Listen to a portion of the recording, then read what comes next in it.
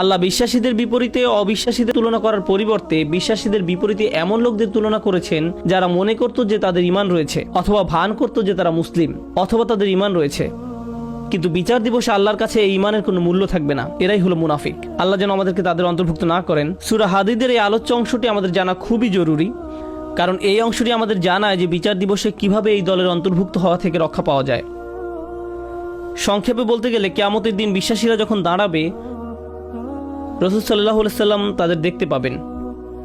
ইয়াউমা তারা, তিনি দেখতে পাবেন মানে রাসূল সাল্লাল্লাহু আলাইহি সাল্লাম দেখতে পাবেন আল মুমিনিনা ওয়াল মুমিনাত, বিশ্বাসী নারী এবং পুরুষদেরকে। ইয়াসআ নূরুহুম বাইনা আইদিহিম ওয়া বিআইমানিহিম, তাদের সম্মুখ ভাগে এবং ডান পাশে তাদের নূর ছোটাছুটি করবে। এর মানে হলো ঈমানদার পুরুষ এবং ঈমানদার নারীদের হৃদয় থেকে এবং ডান হাত থেকে জ্যোতি বিচ্ছুরিত হবে। এই আলোটি কেন জরুরি? কারণ আল্লাহর প্রতি আপনার আমার ঈমান যদি অকৃত্রিম হয় এবং বিশ্বাস দৃঢ় হয়, কিয়ামতের দিন এই বিশ্বাস জ্যোতিতে রূপান্তরিত হয়ে দীপ্তি ছড়াবে। আর এই বিশ্বাস দুনিয়াতে আমার কর্মকে প্রভাবিত করেছে। আমার হাতের সেই কাজগুলোই কিয়ামতের দিন আলোতে রূপান্তরিত হবে। সেদিন আমাদের কাছে দুটো আলো থাকবে। শেষ বিচারের দিনটি হবে নিকষ কালো একটি দিন। আধারে ঢাকা বিস্তীর্ণ পথ পাড়ি দিয়ে আমাদেরকে জান্নাতে পৌঁছাতে হবে এবং সুদীর্ঘ পথ পাড়ি দিতে সবার আলো প্রয়োজন হবে। কিছু কিছু ব্যক্তির আলো হবে অনেক প্রখর। রাসূলুল্লাহ সাল্লাল্লাহু আলাইহি সাল্লাম বলছেন, তাদের আলো এত লম্বা হবে যে সেই আলো এক শহর থেকে আরেক শহর পর্যন্ত বিস্তৃত হবে। আবার কারো কারো আলো হবে অত্যন্ত অনুজ্জ্বল। সেই টিমটিমে আলোতে নিজের পা কোথায় ফেলছে কোনো মতে সেটুকুই শুধু দেখা যাবে। তাহলে মানুষ বিভিন্ন মাত্রায় আলো নিয়ে যখন জেগে উঠবে এবং জান্নাতের পথে যাত্রা শুরু করবে, তখন আল্লাহ তাআলার পক্ষ থেকে অভিনন্দন জানানো হবে, কারণ অন্তত তাদের নিজস্ব কিছু আলো রয়েছে। আর অনেকের তো কোনো আলোই নেই, তাই তাদের জান্নাতে যাওয়ার কোনো সুযোগ নেই।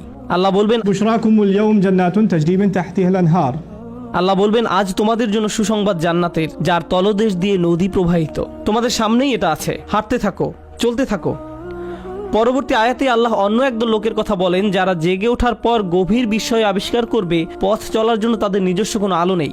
চারপাশ গভীর অন্ধকার, বহু দূরে তারা দেখবে কিছু আলো। আপনারা দৃশ্যটা কল্পনা করতে পারেন, চারপাশ গভীর অন্ধকারচ্ছন্ন আর বহু দূর থেকে তারা দেখবে কিছু মানুষ আলো নিয়ে এগিয়ে যাচ্ছে। তারা হয়তো মানুষ দেখতে পাবে না, শুধু আলোর বিচ্ছুরণ দেখা যায়।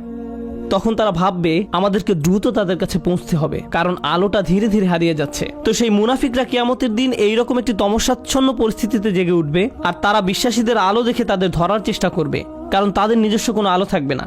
তারা জেগে উঠে গভীর বিস্ময় আবিষ্কার করবে তাদের সাহায্য করার মতো কিছুই নেই। ইয়াকুলুল মুনাফিকুনা ওয়াল মুনাফিকাত লিল্লাযিনা আমানু নযুরুনা নাকতাবিস মিন নূরিকুম, যেদিন মুনাফিক পুরুষ এবং মুনাফিক নারীরা মুমিনদেরকে বলবে, তোমরা আমাদের জন্য অপেক্ষা করো, আমরাও কিছু আলো নিব তোমাদের জ্যোতি থেকে, আমরাও কিছু আলো নিব তোমাদের জ্যোতি থেকে। ইকতিবাস শব্দ দ্বারা বোঝায়, যেমন আগের দিন আপনার হাতে মশাল থাকতো আর অন্যজনের আগুন থেকে নিজের মশাল জ্বালিয়ে নিতেন, সেরকম। তাই তারা ভাবলো আমরা তোমাদের থেকে কিছুটা আলো ধার নেব, তোমাদেরটা নিয়ে যাব না, একটু থামো, আমাদেরকে সাহায্য করো। তখন মুনাফিকদেরকে বলা হবে, ইরজিউ ওয়ারাআকুম, তোমরা পিছনে ফিরে যাও, পিছনে ফিরে যাও ফালতামিসু নূরা, এবং আলোর খোঁজ করো, আমরা তোমাদের সাহায্য করব না। হাসরের ময়দান হচ্ছে এমন ভয়াবহ একটি জায়গা যেখানে জন্মদাত্রী মা নিজ সন্তানকে পর্যন্ত অগ্রাহ্য করবে। ভাই বোন, স্বামী স্ত্রী, বাবা মা, আত্মীয় স্বজন, প্রাণের বন্ধু, এই সব পার্থিব সম্পর্কগুলো ছিন্ন হবে। প্রতিটি মানুষ শুধুমাত্র নিজেকে বাঁচাতে উদ্বিগ্ন থাকবে, কেউ এমনকি পিছনে ফিরেও তাকাবে না। তোমরা পিছনে ফিরে যাও এবং আলোর খোঁজ করো, পিছনে ফিরে যাও এক প্রকার ব্যঙ্গাত্মক মন্তব্য, মানে দুনিয়াতে ফেরত যাও এবং আলোর সন্ধান করো। কারণ কেউ যদি দুনিয়াতে তার ঈমান ও কর্ম দিয়ে আলো সংগ্রহ না করে থাকে, তাহলে সেদিন তার নিজস্ব কোনো আলোই থাকবে না। ফালতামিসু নূরা, আলো সংগ্রহ করার একমাত্র জায়গা হলো এই দুনিয়া। তারপরে মুনাফিকরা মুসলমানদেরকে ধরার চেষ্টা করবে। এভাবে যখন তারা বিশ্বাসীদের নিকটবর্তী হবে, ফাদুরিবা বাইনাহুম বিসুরিন লাহু বাব, ঠিক এমন একটি মুহূর্তে দুই দলের মাঝে একটি বৃহৎ প্রকাণ্ড দেয়াল নেমে আসবে, যার একটি দরজা থাকবে। এই দরজা সম্পর্কে আমরা অন্য সময় আলোচনা করব। আল্লাহ বলেন, অতঃপর উভয় দলের মাঝখানে খাড়া করা হবে একটা প্রাচীর, ফলে এখন তারা ধরার চেষ্টা করলেও পারবে না। দেয়ালটি খাড়া হওয়ার পর আল্লাহ বলেন, দেয়ালের অন্য পাশে যে পাঁচটা মুনাফিকরা দেখতে পাবে না, সেখানে থাকবে আল্লাহর করুণা, দয়া এবং মমতা, আর অপর দিকে থাকবে কঠোর শাস্তি এবং অন্ধকার, কঠোর শাস্তি এবং অন্ধকার। তাহলে এখন শুধু অন্ধকারই নয়, রয়েছে বিশাল এক দেয়াল, ফলে তাদের পালানোর আর কোনো জায়গা নেই। আর পেছনে দেখতে পাবে শাস্তি তাদেরকে আচ্ছন্ন করার জন্য এগিয়ে আসছে। তখন এই মুনাফিকরা, আল্লাহ আমাদের তাদের অন্তর্ভুক্ত না করুন, মুনাফিকরা মরিয়া হয়ে বলবে, আলাম নাকুম মাআকুম, আমরা কি তোমাদের সাথে ছিলাম না? লক্ষ্য করুন, মুনাফিকরা অপর পাশে থাকা মুমিনদেরকে ডাকছে। স্পষ্টতই দরজা এই পাশ থেকে খোলা যায় না। আরে দরজাটা খোলো না, আমরা তো তোমাদের সাথেই থাকতাম। এভাবে মরিয়া হয়ে ডাকা হবে। সামনে অগ্রসর হওয়ার পূর্বে এটা বোঝা গুরুত্বপূর্ণ। এই কারণেই আমি আজকের খুতবার জন্য এই আয়াতটি পছন্দ করেছি। এই বাক্যটার কারণে, আলাম নাকুম মাকুম, আমরা কি তোমাদের সাথে ছিলাম না? ব্যাপারটা হলো, এই লোকগুলো যারা দেয়ালের ভয়ঙ্কর পাশে থেকে গেছে, যারা মরিয়া হয়ে আছে, যাদের নিজস্ব কোনো আলো নেই, তারা ভাবতো তারাও মুমিনদের অন্তর্ভুক্ত। তারা এটা নিয়ে খুবই আত্মবিশ্বাসী ছিল।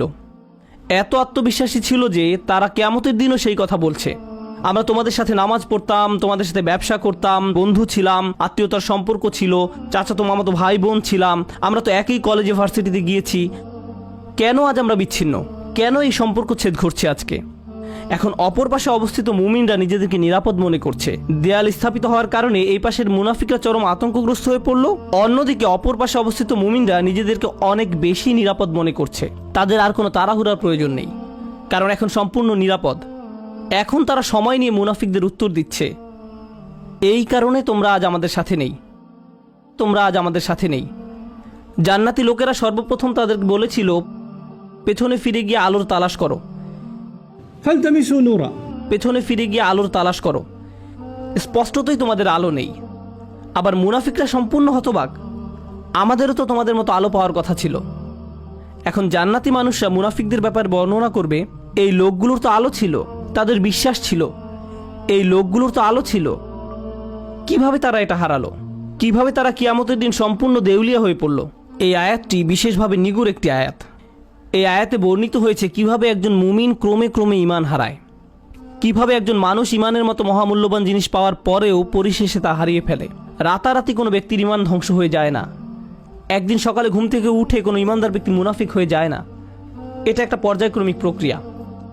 এই প্রক্রিয়াটি এই নিরন্তর বাণীতে প্রকাশিত হয়েছে, বালা, অবশ্যই তোমরা আমাদের সাথে ছিলে, ওয়ালাকিন্নাকুম ফাতানতুম আনফুসাকুম। আমি প্রথমে সহজ অনুবাদ বলছি, পরে ব্যাখ্যা করব। ওয়ালাকিন্নাকুম ফাতানতুম আনফুসাকুম। 1 নম্বর, তোমরা নিজেরাই নিজেদের বিপদগ্রস্ত করেছ। আরবিতে ফাতানা শব্দটির অর্থ হচ্ছে কোনো কিছুতে পরীক্ষাতে ফেলা। স্বর্ণ গলিয়ে তার খাদ ফেলে দিয়ে ধীরে ধীরে বিশুদ্ধ করার প্রক্রিয়াটিকেও ফাতানা বলা হয়। স্বর্ণ নিখাত করার প্রক্রিয়াটি কিন্তু সহজ নয়, বরং এটি একটি যন্ত্রণাদায়ক দহন প্রক্রিয়া।